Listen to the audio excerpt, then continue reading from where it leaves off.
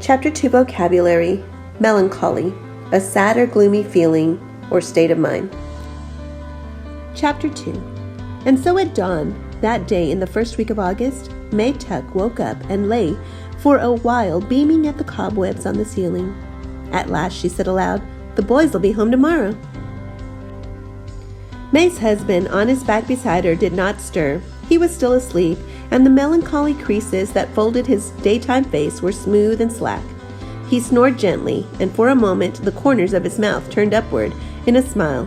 Tuck almost never smiled, except in sleep. May sat up in bed and looked at him tolerantly. "The boys will be home tomorrow," she said again, a little more loudly. Tuck twitched and the smile vanished. He opened his eyes. "Why'd you have to wake me up?" he sighed. "I was having that dream again, the good one, where we're all in heaven and never heard of Tree Gap." May sat there frowning, a great potato of a woman with a round, sensible face and calm brown eyes. "It's no use having that dream," she said. "Nothing's going to change." "You tell me that every day," said Tuck, turning away from her onto his side. "Anyways, I can't help what I dream."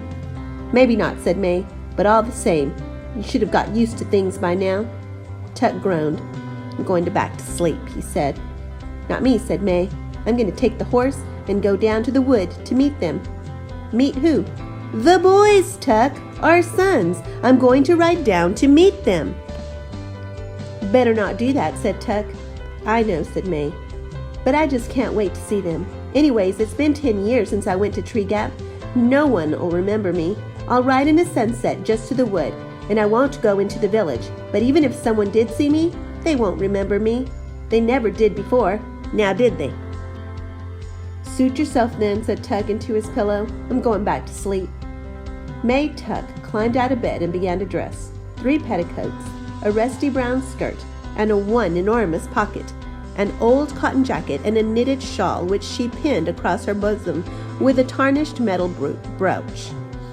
The sounds of her dressing were so familiar to Tuck that he could say without opening his eyes, "You don't need that shawl in the middle of summer." May ignored this observation. Instead, she said, "Will you be all right? We won't get back till late tomorrow." Tuck rolled over and made a rueful face at her. "What in the world could possibly happen to me?" "That's so," said May. "I keep forgetting." "I don't," said Tuck. "Have a nice time." And in a moment, he was asleep again. May sat on the edge of the bed and pulled on a pair of short leather boots, so thin and soft with age it was a wonder they held together. Then she stood and took from the washstand beside the bed a little square-shaped object, a music box painted with roses and lilies of the valley. It was the one pretty thing she owned, and she never went anywhere without it. Her fingers strayed to the winding key on its bottom, but glancing at the sleeping Tuck, she shook her head, gave the little box a pat, and dropped it into her pocket.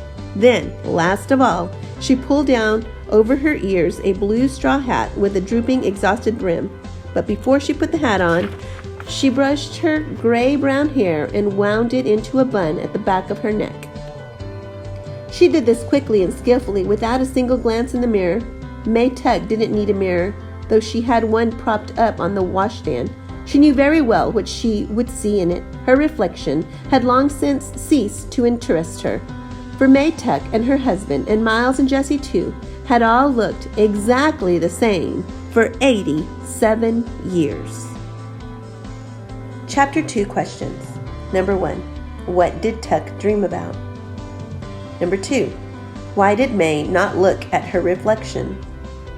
Number 3. Why do you think they looked exactly the same for 87 years?